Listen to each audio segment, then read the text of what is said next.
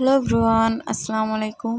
তো আজকে আমাদের বাসায় খিচুড়ি রান্না করা হবে। দেখেন, প্রথমেই সব কিছু কুটাকাটা করে নেওয়া হচ্ছে।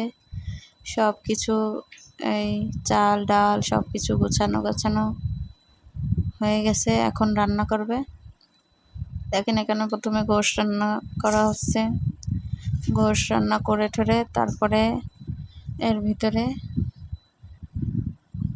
খিচুড়ির চালটা দিয়ে দিবে। তো আজকে আমাদের বাসার একজন হাফেজি পাস করছে, তো সেই জন্য মিলাদ দিচ্ছে। তো আপনারা সবাই ওর জন্য, ওই ছেলেটার জন্য দোয়া করবেন যাতে আরও আগাতে পারে।